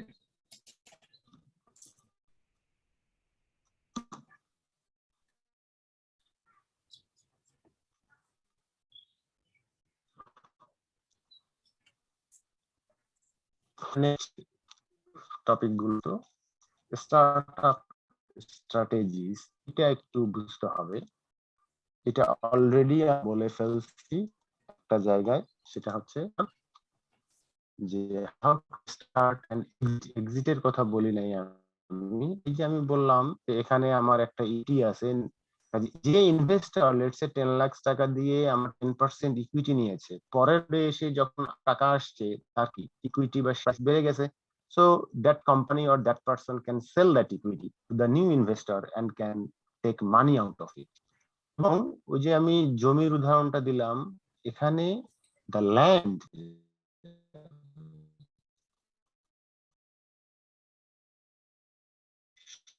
এইটার এক্সপেকটেশন কত, মিনিস্টার্স লাভ ইট, তারা টাকা দেওয়ার জন্য মানে হন্যে হয়ে আছে। কেন? কারণ ব্যাংকে রাখলে অনলি লেটস সে 5% 10%, অন্য আদার বিজনেসে গেলেও হার্ডলি 10% 20%। স্টার্টআপের মতো বিজনেসে আসলে 10 টাইমস, মানে 200 টাইমস বা এই ধরনের একটা রিটার্ন আসছে। কিন্তু কোশ্চেন হচ্ছে, ঠিক আছে তাহলে তো তার জন্য ইয়েও হচ্ছে, সে তো 10% সাকসেস রেট, সে তো তাহলে লস করতেছে। সো ব্যাপারটা এরকম, ব্যাপারটা হচ্ছে রেসের ঘোড়ার মধ্যে বাজি ধরার মতো। একটা রেসে যখন হয় লেটস 50টা ঘোড়া দৌড় দিচ্ছে বা দৌড় দিচ্ছে, যদি টাকাটা ধরি তাহলে এটা আমি পেতেও পারি, না পারি। পেলে অনেক টাকা পেয়ে গেলাম, আর না পেলে আমি যা হলে সবই loss. But I can choose the best 5। Example, আমি বিশ্বকাপ খেলা হবে এবং এখানে আমি একটা বাজি ধরবো, এই বছর চ্যাম্পিয়ন হবে। আমি যদি বলি শুধু ব্রাজিল চ্যাম্পিয়ন হবে, ওটার উপরে বাজি ধরি, ইট মে নট হ্যাপেন। কিন্তু আমি যদি বলি যে না, ব্রাজিল, জার্মানি, আর্জেন্টিনা, ফ্রান্স, এই 4টার উপরে ধরলাম, তাহলে আমার ওটা কি হবে, পাওয়ার সম্ভাবনা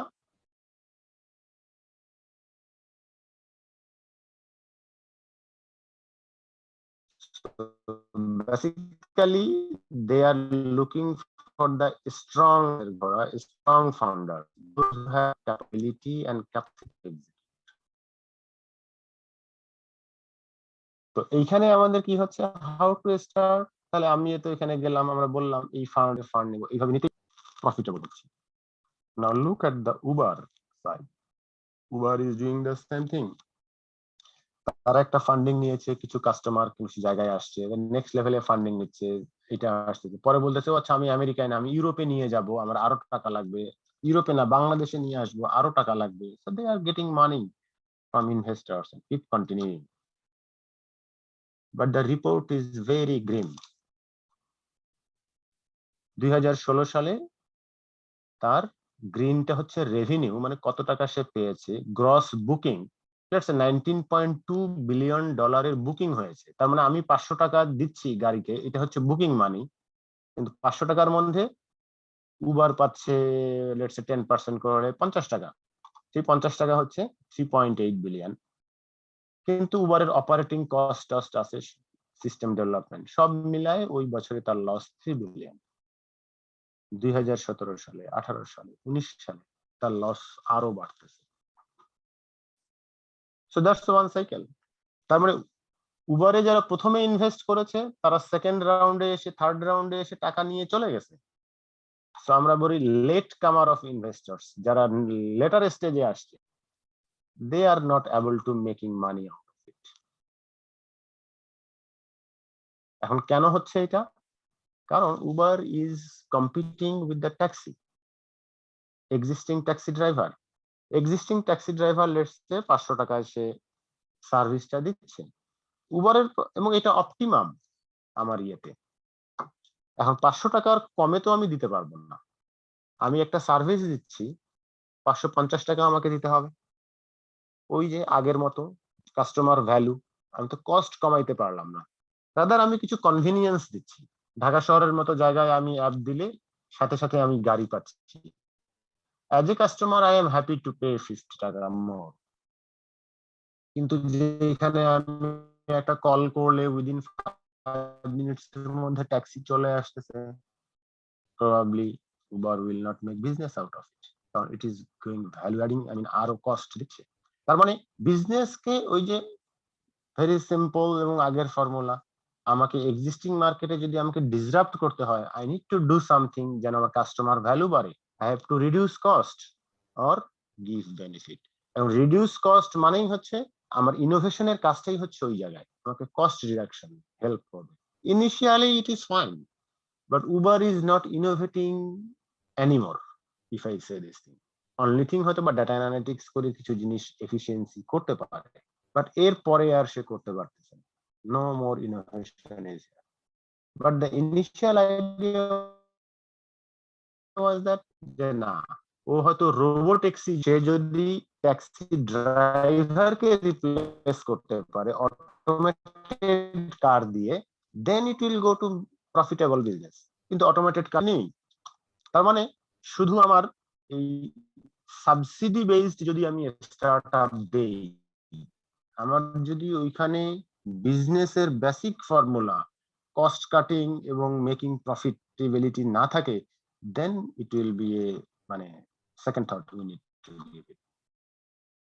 আরেকটা স্ট্র্যাটেজি হচ্ছে ইনোভেশন স্ট্র্যাটেজি। ইনোভেশনটা জড়িত থাকবে আমার এই স্টার্টআপের সাথে। ইউ সি দ্য ওয়ার্ল্ড, আমরা অবজার্ভ করলাম, কোন একটা ফেল ডিটেক্ট করে আমরা ডিটেক্ট দ্য ইমপারফেকশন করার জায়গা আছে, সেখান থেকে একটা এমপ্যাথি আসলো। এমপ্যাথি মানে একটু মানে ভালো লাগা বা একটা প্যাশন আসা। এই যে আমি বললাম ঢাকা শহরের আমার যাত্রীর এটা, আচ্ছা আমি এটা দেখতে চাই, প্রবলেমটা সলভ করতে চাই, দ্যাটস দ্য এমপ্যাথি। এবং এটা শেষে দেখতে চাই কোথায় যাওয়া যায়। দেন একটা ক্রিয়েটিভ স্পার্ক। ক্রিয়েটিভ স্পার্ক হচ্ছে যে না, আমি আইটি দিয়ে আমি এটা সলভ করব, কিন্তু এইটুকু হলেই হবে না। Then you need a flow of ideas, a series of ideas, so that you can make incremental advancement, incremental progress for a sustainable innovation. এখানে আমাকে স্কেল, স্কোপ এবং নেটওয়ার্ক এক্সটার্নাল এই জিনিসগুলো দেখতে হবে।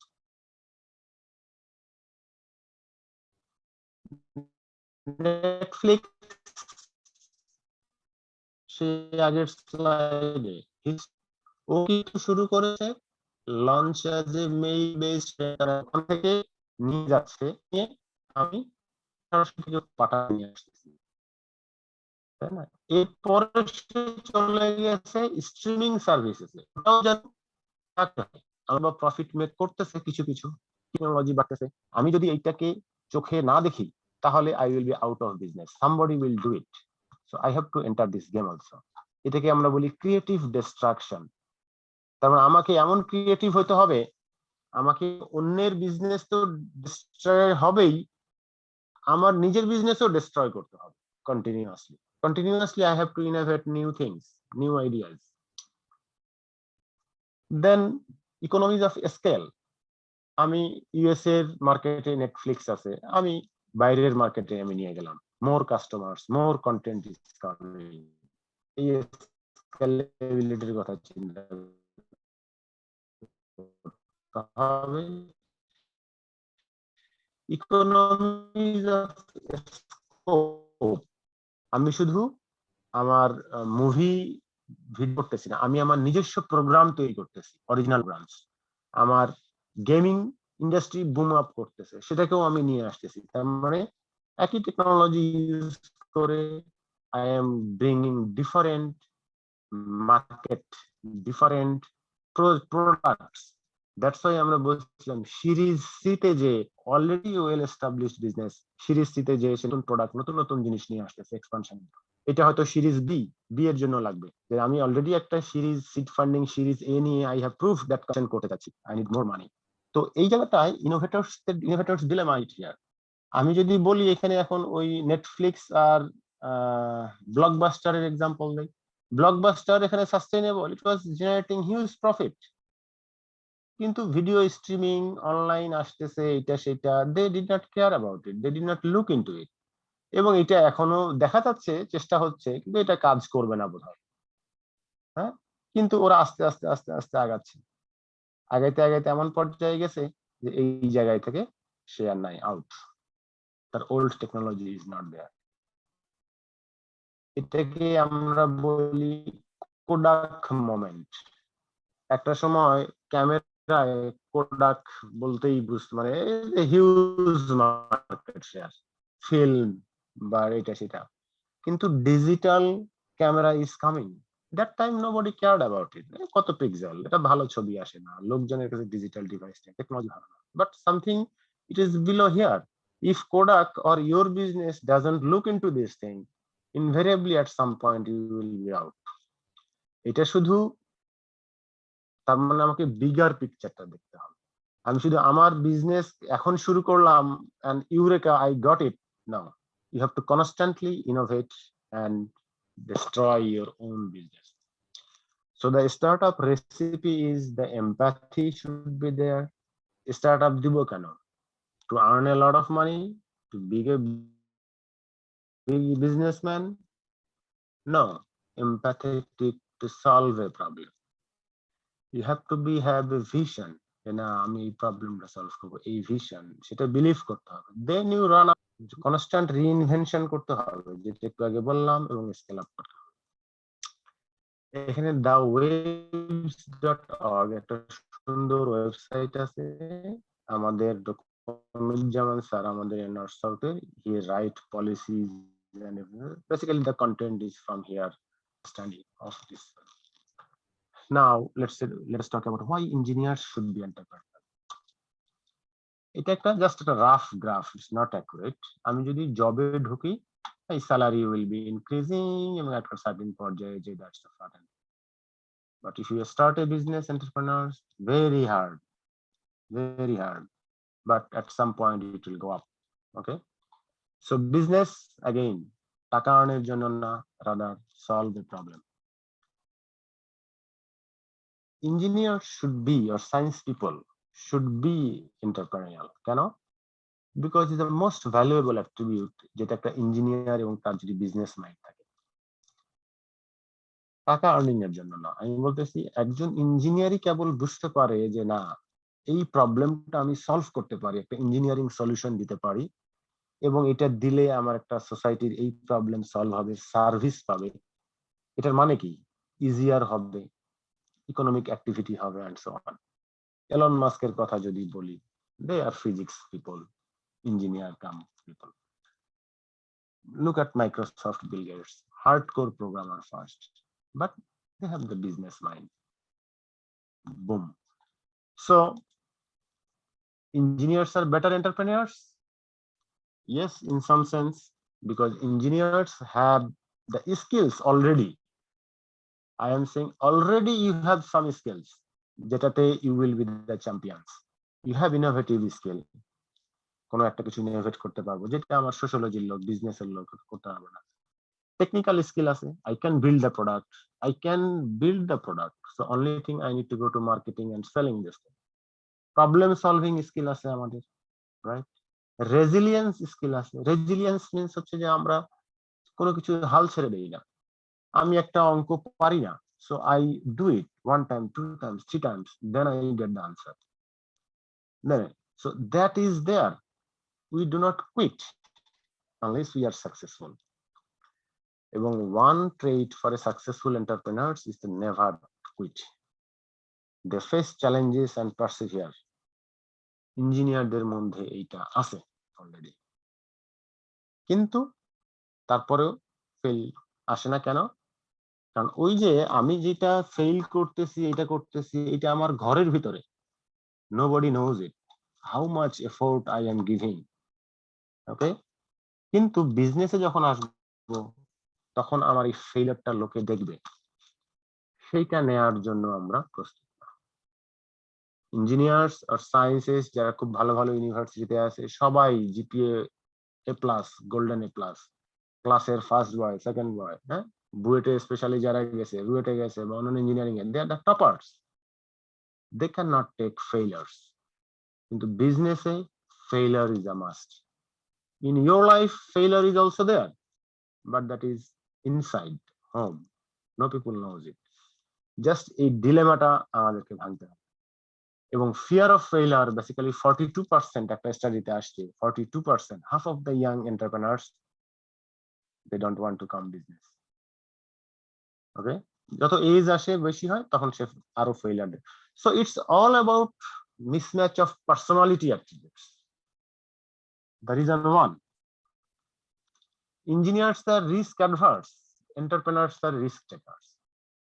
Definitely, আমি একটু আগে জবের এই কার্ভটা দেখালাম, আমি এখানে গেলে everybody is happy to give me a job, তো আমি অনেক টাকা salary, why do I go to that? It is for sure certain. যার কারণে বাংলাদেশে যদি আজকে দেখা যায় বিজনেস পিপল অনেকেরই ভালো শিক্ষা দীক্ষা, তার মানে ওর আসলে কোনো কিছু করার জায়গাই নেই। He is a failed case, he started that business, failed again, আবার শুরু করছে, ফেইলড অ্যাগেন, ফেইল করতে করতে আসছে। অথবা যে ইঞ্জিনিয়ারটা ভালো মাল্টিন্যাশনালে চাকরি পায় নাই, শুরু করছে একটা ছোটখাটো বিজনেস, হি সাকসিডেড। কাজে আমি বলতেছি successful invariably will come, only thing if you keep continuing. You have solved the complex problems, the hardest problems that other people could not do. Now, how can I believe that you cannot solve or you cannot establish yourself as a business person? I don't believe that. So, reserved or introverted, আমরা যেহেতু বেশি পড়াশোনা করি, বেশি এখানে থাকি, socially skill হতে হবে, একটু ফ্লেক্সিবল হতে হবে আমাদেরকে। আরেকটা বড় ব্যারিয়ার হচ্ছে আমার deep knowledge. As a engineer আমাকে ম্যাথমেটিক্যাল প্রেসিশন অথবা প্রোগ্রামিং এ কোনো কিছু করার নাই, এক্স্যাক্টলি কম্পিউটার যা চায় তাই দিতে হবে, ভেরি প্রেসাইজ ডিপ নলেজ থাকতে হবে। কিন্তু বিজনেসে করতে গেলে ওয়াইড নলেজ থাকতে হবে, কোনো বিষয়ে ডিপ নলেজ থাকার দরকার নেই, but you touch many other aspects. Then তো এই কয়েকটা অ্যাট্রিবিউট, এবং একটা স্টাডিতে আসছে, ইভেন হার্ভার্ড বিজনেস রিভিউ একটা স্টাডিতে আসছে যে ইঞ্জিনিয়ারদেরকে শিখাইতে যে এন্টারপ্রেনারশিপ, এটাও ফেল করছে। তার মানে আসলে যে এখানে আমাদের তাদেরই আসা উচিত, those who has that attribute. এটা যদি না আসে, fine, you don't need to come to business. মানে যে বিজনেস জব করে সাকসেসফুল হওয়া যায়, but most of them doesn't have this thing. এবং very few individuals যার ইঞ্জিনিয়ারিং নলেজও আছে, ভালো বিজনেস সেন্সও আছে, very few. So you have to know yourself and you have to surround people with the complementary skill. তার মানে আমি একটা business শুরু করতে চাই, আমি খুব ভালো কোডিং পারি, প্রোডাক্ট ডেভেলপ করতে পারি। Do not take another person who is very good at programming or product. Take someone who has finance, টাকা ঢালতে পারবে, or who can do marketing. Okay, এটাকে বলি আমরা কমপ্লিমেন্টারি স্কিল। কমপ্লিমেন্টারি স্কিল নিয়ে যদি সেই টিমটা হয়, দেন ইউ ক্যান সাকসেস। আমি একটা এক্সাম্পল দিয়েছি অলরেডি, ড্যাফোডিলের একজন বিজনেস সে ভালো বোঝে, বিজনেস সাথে সে করতে পারে, হার্ডকোর একজন যে খুব ভালো প্রোগ্রামিং পারে তাকে নিয়ে একটা শুরু করেছে। এইটা হইতে হবে। এটা engineers love of the technology, মানে আমি একটা জিনিস সুন্দর বানাইলাম, সুন্দর ডিজাইন, এটা সেটা, ও people will love it, take it. No, people will not take, people doesn't care at all how good engineer you are, how good product it is. They only care whether that is giving value to them. Business এর core principle, আমি একটা app দিব, app দিলে তার একটা কাজ সহজে হয়ে যাবে, ও প্রথমেই চিন্তা করবে আচ্ছা আমার তো এক্সিস্টিং কাজ চলতেইছে, ওটা দিয়ে আমি কি করব। আমার আরেকজন পিপল লাগবে যে কম্পিউটার জানা লোক, হ্যাঁ তাকে দিয়ে অ্যাপ চালাইতে হবে, খরচ বাড়বে, simply he will not buy it. Okay, তার মানে আমাকে এমন কিছু তৈরি করতে হবে যেন তারা চায়। আমাকে ইগোলেস হতে হবে, ইগোলেস হতে হবে আমাকে। এবং ইঞ্জিনিয়ার্স ফেল টু ওয়ারি, কিভাবে মানি বেক করতে হয় সেটা আমাকে দেখলাম। লাস্ট টপিক আমরা বলি মাল্টিডিসিপ্লিনারি অ্যাপ্রোচ। আমি এতক্ষণ ইঞ্জিনিয়ারদের নিয়ে বললাম যে no, they are the core, they should be the champion, but do not think that others do not have place in this world. Everybody has some value. এই জন্য আমি বলতেছি জাস্ট সোশ্যাল সায়েন্সের পিপল থেকে নিয়ে আসতেছি। বাংলাদেশে সোশ্যোলজি পরে একটা ইয়ে আছে, আচ্ছা সোশ্যোলজি পরে কি হয়, but look at they solve the most pressing social problems. এটা একটা তাদের জিঙ্ক নামে একটা ইয়ে আছে, গ্রুপ আছে, সোসাইটির টাফেস্ট প্রবলেম গুলোকে তারা চ্যালেঞ্জ করতেছে। যেমন স্লিপ আয়ো একটা স্টার্টআপ, বাইরে ইউরোপ আমেরিকায় ঘুমের বহুত প্রবলেম, এই টেনশন সেই টেনশন, ঘুম আসে না। বাট কেন আসে না, স্ট্রেসের জায়গাটা কোথায়, কিভাবে কি করলে তার স্ট্রেসফুলটা কমানো যাবে, এগুলো নিয়ে সোশ্যাল সায়েন্সে অনেক গবেষণা আছে। If somebody can think of যে না আমি তো এই জিনিসটা নিয়ে একটা কিছু করতে পারি, সোসাইটির এই প্রবলেমটা সলভ হতে পারে, they have to start a business to solve this problem. You need to go to computer science people, engineer to design this website or so on. আমার এখানে একটা সোশ্যাল প্রবলেম, কম্পিউটারে সবসময় আমার বাচ্চারা থাকতেছে, তাদেরকে কিভাবে ওইটা থেকে বের করে নিয়ে আসা যায়, big social problem. Now think of somebody. এখন এটা চিন্তা করতে গেলে স্টুডেন্ট সাইকোলজি, কিডস সাইকোলজি যারা বোঝে তাদেরকে লাগবে, they have the place. Engineer লাগবে,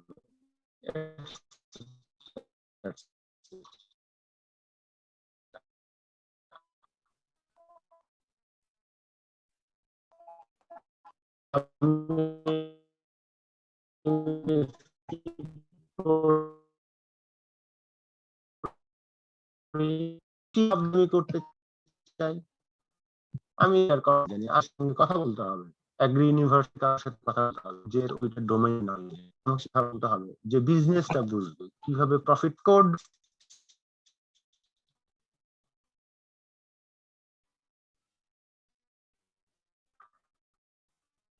এখন স্টার্টআপ দেওয়ার জন্য আমি যদি খালি বসে বসে অ্যাপের কথা চিন্তা করি, আমার মাথা থেকে এটা বের হবে না। এটা মাথা থেকে বের হবে যার জেনেটিক ইঞ্জিনিয়ারিং তার মানে হচ্ছে সেটা একটা বিরাট সমস্যা। Engineers are there. Ideally, only business people are there. They do not know each other. They do not talk each other. It's not about product. It's not about the good thing. The more sociable you are, the more money you will have. So with that, I like to stop. Thank you for patient hearing. Thank you so much sir. Sir আমি একটা question করব। Sure, sure. Journey মানে আমার কিছু observation ছিল overall. আমাদের একটা start up try করা হয়েছিল সেই এন্ড থেকে আমি সেগুলো শেয়ার করি, এবং এতে যদি আপনার কোনো অবজারভেশন থাকে। একটা জিনিস হচ্ছে, ধরেন স্যার আপনি যেটা বললেন যে ঠিক আছে, একটা আইডিয়া নিয়ে আমরা যদি থাকে সেটা নিয়ে আমরা কাজ করতে চাই, ফার্দার যদি আসলে ইনভেস্টর ইনভলভ করতে চাই, তাহলে সে আইডিয়া বেসিস যে বিজনেসটা হবে সেটার তো একটা রেজিস্ট্রেশন থাকতে হবে। আমি আসলে লিগ্যাল ইস্যুস গুলো নিয়ে তো বলতেছি, লাইক হয়তো সেটা একটা লিমিটেড কোম্পানি রেজিস্ট্রেশন নিতে পারে, সেক্ষেত্রে সুবিধা থাকে যে আমি আমার শেয়ার সেল করতে পারবো। আমার কিছু শেয়ার আছে, আমি শেয়ার সেল করে কিছু ফান্ডিং আমি আনতে পারলাম। বাংলাদেশে লিমিটেড কোম্পানি করে তারপর একটা ব্যাংক অ্যাকাউন্ট খোলা যাবে, আরো অনেক ধরনের সুবিধা আছে। ব্যাংক অ্যাকাউন্ট খুলতে গেলে আবার ধরেন আপনার টিন সার্টিফিকেট জরুরি, এবং আপনি জানেন নিশ্চয়ই যে যদি টিন থাকে তাহলে রিটার্ন দাখিল করাটা বাংলাদেশে ম্যান্ডেটরি, যদি কোনো ধরনের আয় না থাকে। আর স্টার্ট আপ একটা নতুন আইডিয়া নিয়ে কাজ করার সবচেয়ে বড় স্ট্রাগল হচ্ছে যে হয়তো 3 বছর 4 বছর আয় নাও থাকতে পারে, লসে থাকতে পারে একটা অর্গানাইজেশন, কিন্তু প্রতি বছরই তাকে যেটা করতে হবে, অপারেশনাল কস্ট চালিয়ে যেতে হবে এবং তাকে কিন্তু রিটার্ন দিতে হবে। আবার ধরেন ইন্ডিভিজুয়াল রিটার্ন দেওয়া কিন্তু কোনো সমস্যা না, কিন্তু কোম্পানি এন্ডে রিটার্ন দিতে গেলে কিন্তু আবার অডিট করাতে হয়, যেটা ধরেন অলমোস্ট 40-50,000 টাকা একটা খরচ আছে। আমার মনে হয়, আমার যেটা অবজারভেশন, বাংলাদেশে স্টার্ট আপ এই জিনিসগুলো আইসি ডিভিশন যেভাবে প্রমোট করতেছে খুবই ওপেনলি, কিন্তু হয়তো বাণিজ্য ভবন যেটা যারা আসলে এই আরজেসি নিয়ে কাজ করে বা রেজিস্ট্রেশন লিগ্যালিটি নিয়ে কাজ করে, বা এনআরবি যদিও আইটির ক্ষেত্রে কিছু সুযোগ সুবিধা দিচ্ছে, কিন্তু বাণিজ্য ভবন হয়তো অতটা ওপেন না। এই যে ডিফারেন্ট বডির ভেতরে যে আসলে কোঅর্ডিনেশন নাই, একজন স্টুডেন্ট যখন আসলে খুব এনথুসিয়াজম নিয়ে আসলে শুরু করে, হয়তো সে একটা কোম্পানি খুলে ফেললো, পরবর্তীতে কিন্তু আসলে তার যে পরিমাণ লিগ্যাল হ্যাসেলটা আসলে গো থ্রু করতে হয় সেটা আসলে আনবিলিভেবল, মানে আমরা দেখেছি।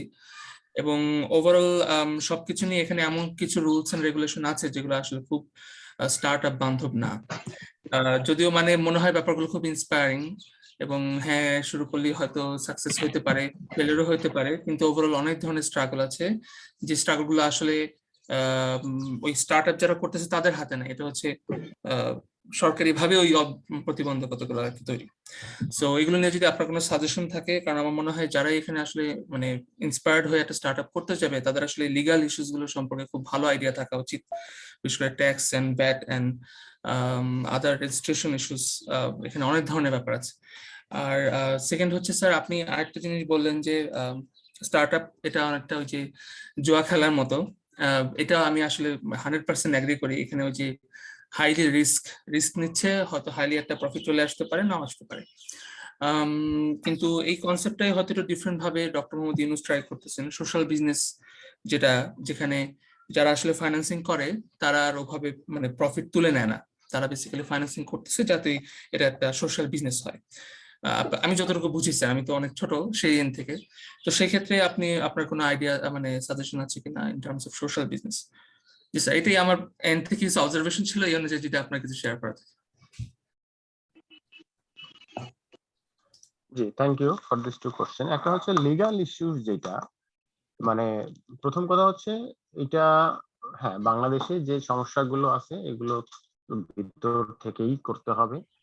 আর প্রথমে শুরু করার জন্য আমার লিমিটেড কোম্পানি না করাই ভালো। If you want to have a bank account, simply এটার জন্য প্রোপ্রাইটারিশিপ বিজনেস করা যায় আর কি, একজনের দুইজনের হ্যাঁ, একজন দিয়ে প্রপার্টিশিপ করা যায়, বা 2-3 জনে মিলেও করা যায়। ওইটাতে ওই ফিনান্সিয়াল অডিট বা অন্যান্য আদার অনেক হ্যাসেল কম, এবং ইয়ার শেষে 40-50 হাজার টাকাও লাগবে না বিভিন্ন ইস্যুতে। হ্যাঁ, মানে অল্প টাকায় হয়ে যাবে। এটা হচ্ছে ইনিশিয়াল বিগিনিং শুরু করার জন্য। আর সেকেন্ড হচ্ছে যে if your idea is valuable, you have done prototype, একটা ব্যাংক অ্যাকাউন্ট প্রপার্টারশিপের আন্ডারে করে এটা করে ফেলা গেল, তখন যারা ইনভেস্ট করবে তখন তো তারা শেয়ার চাইবে, তখন they will make necessary things, limited company করা নাকি কোথায় করা। ইনফ্যাক্ট স্টার্ট আপের জন্য যে ইনভেস্টমেন্ট গুলো আসে বাহির থেকে, তারাও বাংলাদেশে রেজিস্টার্ড হলে ইভেন লিমিটেড হলেও দিবে না, তারা সিঙ্গাপুরে রেজিস্ট্রেশন করতে বলে, অথবা তারা ইউএসএ তে ডেলাওয়ারে করতে বলে। So there are different other things. তো আমি বলবো ওই স্টেজ গুলো we do not need to think right now. আমরা শুধু প্রপার্টারশিপ বিজনেস করে যেন রোল আউট করতে পারি, ততটুকু পর্যন্ত হলেই হয়। তো আমাদের মেইন টার্গেট হবে একজন ইনভেস্টরকে কানেক্ট করা। এখানে আরেকটা জিনিস আমি স্কিপ করে গেছি, সেটা হলো এক্সপেরিয়েন্স। আমাদের স্টার্টআপ নেক্সট কোনো ফান্ডার যদি ফান্ডিং দিতে চায়, basically he looks into the founders যে তাদের কোনো এক্সপেরিয়েন্স আছে কিনা। আমাদের যে 4টা কোম্পানিকে আমরা নার্চার করতেছি, 3টারই ফাউন্ডাররা তাদের জব এক্সপেরিয়েন্স আছে প্রিভিয়াসলি। হ্যাঁ, কারো 2-3 বছর, 5 বছর, ইভেন একটা গ্রুপের তো মোর দ্যান 10 ইয়ার্স কম্পিউটার সায়েন্সে দুজনেরই। তার মানে হচ্ছে যে it's better to come into startups after you have some experience. এটা ফাউন্ডাররাও বলে, after you have some experience in your job or so on. Second হচ্ছে, তাহলে কি স্টুডেন্ট থেকে আমি করতে পারবো না? হ্যাঁ, করতে পারবো। ওই যে বললাম complementary skill, you have the vision, you have the things, and then hook up with who has some experience. এই যে যাত্রী, এই ছেলেটা যে দিছে পাস করে উইদিন কয়েক মাস বা 1 বছরে মাথায় দিছে, so he has co-founders who has some experience. আর মোস্ট ইম্পর্টেন্ট হচ্ছে ফান্ডিং। আমি যদি ফার্স্ট ফান্ডিংটা পাই গুড ইনভেস্টরের কাছ থেকে, ইউ আর ডান। কেন?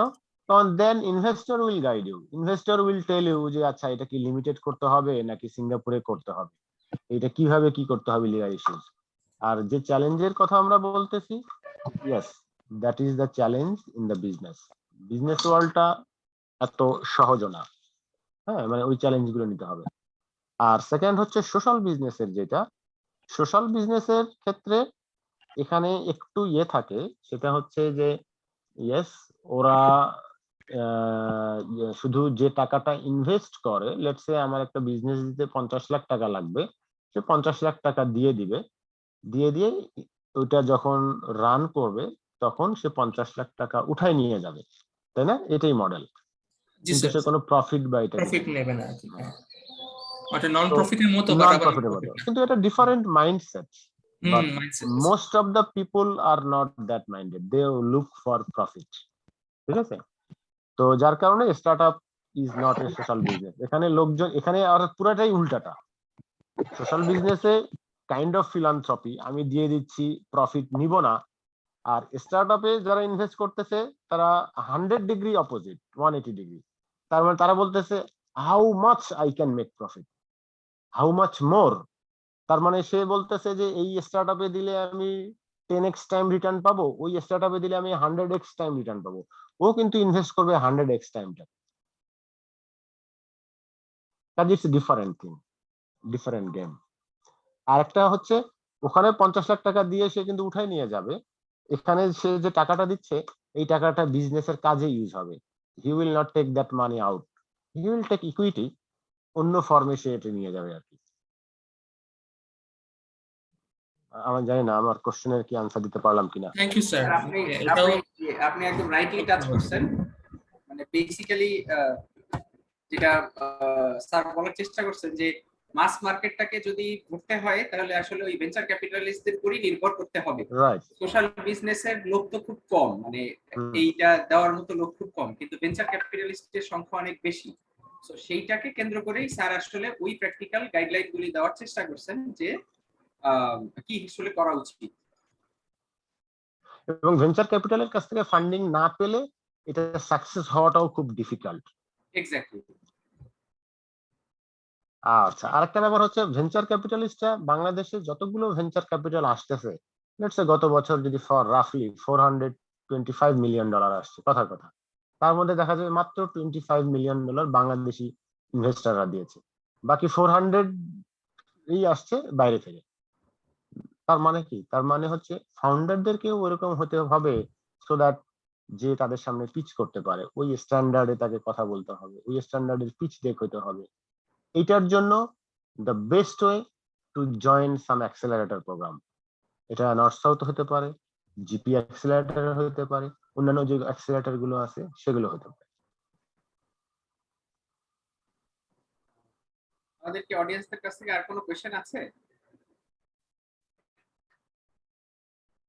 আমার মনে হয় নাই। তো আমরা thank you sir. Basically I enjoyed thoroughly the session. কারণ হচ্ছে সাজেদ স্যার যে কাজগুলি করার চেষ্টা করছেন আসলে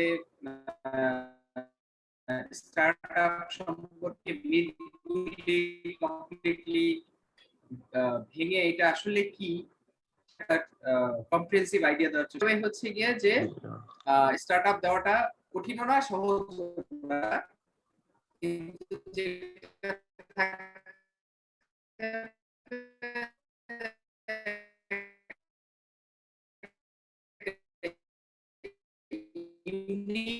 আইডিয়া থাকতে হবে, যেটা দিয়ে আসলে কাস্টমার কিংবা যে এবিলিটি থাকতে হবে, তাহলেই দেখা যাবে যে স্টার্টআপটা সফল হওয়া সম্ভব।